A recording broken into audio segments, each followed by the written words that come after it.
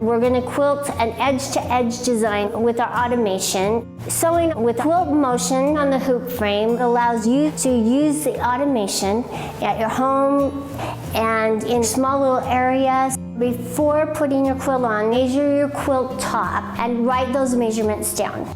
Now, I have made my backing wider and longer.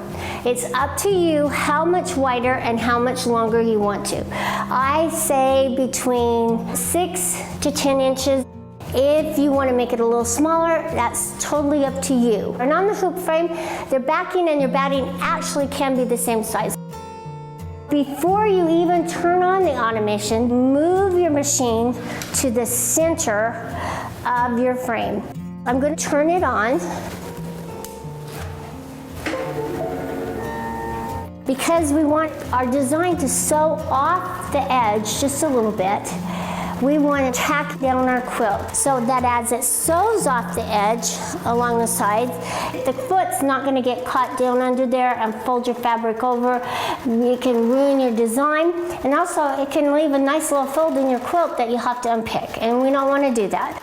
So let's open the automation. I'm going to come to my tablet, double tap on Quilter's Creative Touch on there, and now it's going to ask me if my sewing machine needle is up. You don't want to have your needle in the down position because it can tear your quilt. So I am going to look at my needle and say, okay, it's not. Now you'll hear it engage, and it's going to move. Here is my home screen, and because we are quilting an edge-to-edge quilt, we want the pantograph. And we're going to set our safe area. And I am going to measure from this pole right here, 8 inches in, okay? And I'm going to go up as far as I can and then tap on that screen. Now we're going to go set our bottom right. So I'm going to move it across my frame. I'm going to measure my 8 inches in and bring it forward as far as the machine will allow, and I'm going to tap on bottom right. Now I've set my safe area. Now tap on panto mode. I want the power panto. This is the easiest way to quilt an edge-to-edge design because it does all the math for you. I'm going to put my measurements in of my quilt top. Remember, I talked about that earlier, that you needed to measure your top, but not your backing or your batting, but your top. Now I can go and select my design. Tap on select pattern. I found a design that I liked. I went to And Bright Designs, and it's called Modern Tiles, and I'm going to open it up. All right, so here's where you'll want to make some adjustments. I think I want it a little bigger so it'll sew a little quicker, and I don't want it so small. So I'm going to push the plus sign, and I'm going to keep making it bigger. And I can't make it any bigger than the depth of my machine. So you have to remember, this is your quilting area, and so the size of your pattern cannot be any wider than that. All right, I want to increase the spacing, maybe 1/2 inch, and tap on Sew in Zones. And now it's going to ask if we want to save our design. This is really important. Save your design. If something happens, if you get a power surge, the power goes off, if you save your design, you can go back in and resume quilting. All right, I'm going to go and mark my placement of my design onto my quilt. So you're going to move your machine over to the side, and because we want it to sew just a little bit off the quilt top, I'm going to say this corner is A. Now I'm going to move down my quilt top, and not all the way down till my legs hit. I'm going to just move it close. Then this is where you're going to mark B. I'm going to move my machine back down this way, and I'm going to tap on pull bobbin. Now that I've pulled my bobbin, I'm ready to sew. So say sew, and make sure the needle's up, say okay.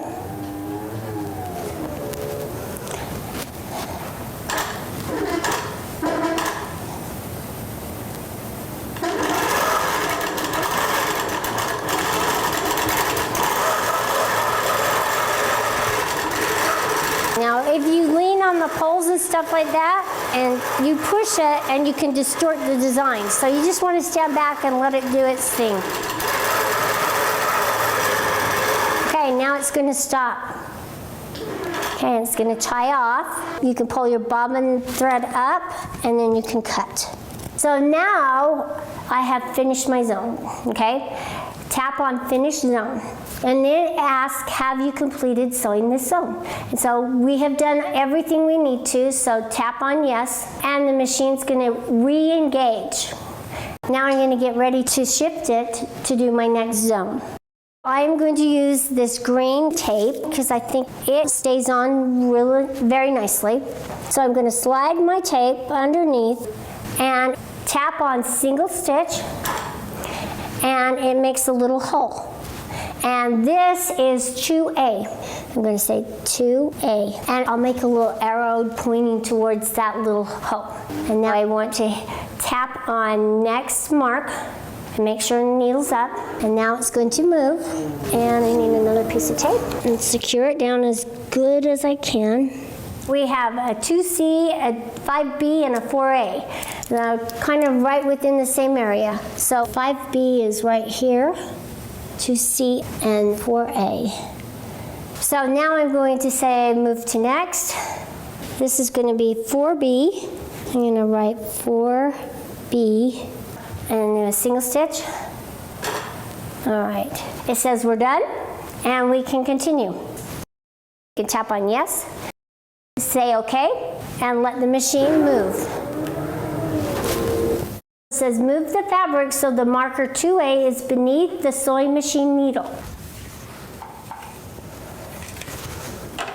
Okay, I've taken all my clamps off and now I'm ready to shift 2A over to where the machine is locked into place and try to line it up with the needle. I'm going to shift it, and as I'm doing so, I'm just making sure that my tape is sticking, and I'm trying to move it as straight as I can. And I'm going to start clamping my top in first. And it doesn't have to be exact, it'll let you know.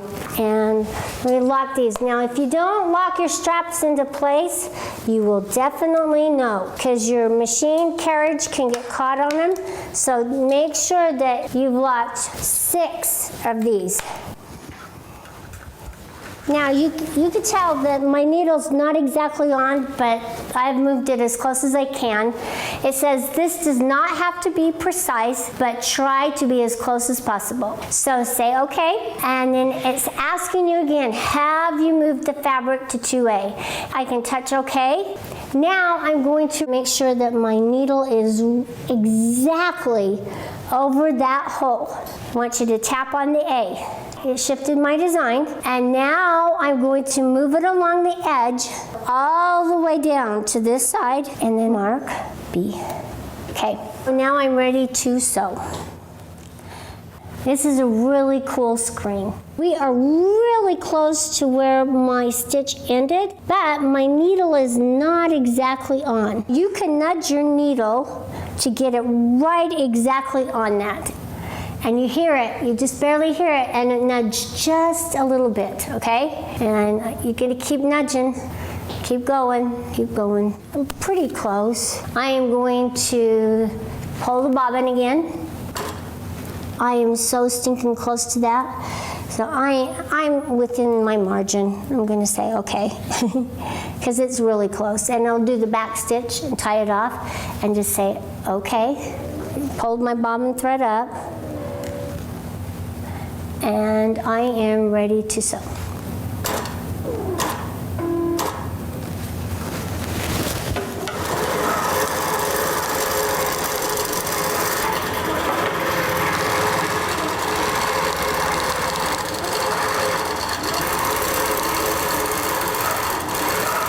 So it's sewing zone 2, and we'll probably have one more small little zone. We'll shift it to this side and then start working our way down. It's the same process all the way through your quilt. Not hard.